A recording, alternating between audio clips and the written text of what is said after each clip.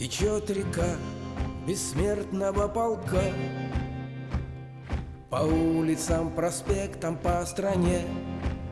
Шагают в ряд с портретами в руках потомки победителей в войне. Сегодня праздник входит в каждый дом, и радость к людям с ним приходит следом. Мы поздравляем вас с великим днем, с днем нашей славы, с днем Победы! В этот светлый праздник Победы мы помним, гордимся, чтим память наших отцов, дедов, и за мир их благодарим. Войны я не видел, но знаю, как трудно народу пришлось. И голод, и холод, и ужас все им испытать довелось. Пусть мирно живут на планете, пусть дети не знают войны, пусть яркое солнышко светит, мы дружной семьей быть должны.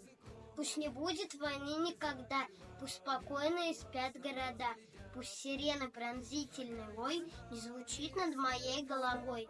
Ни один пусть не рвется снаряд, ни один не строчит автомат.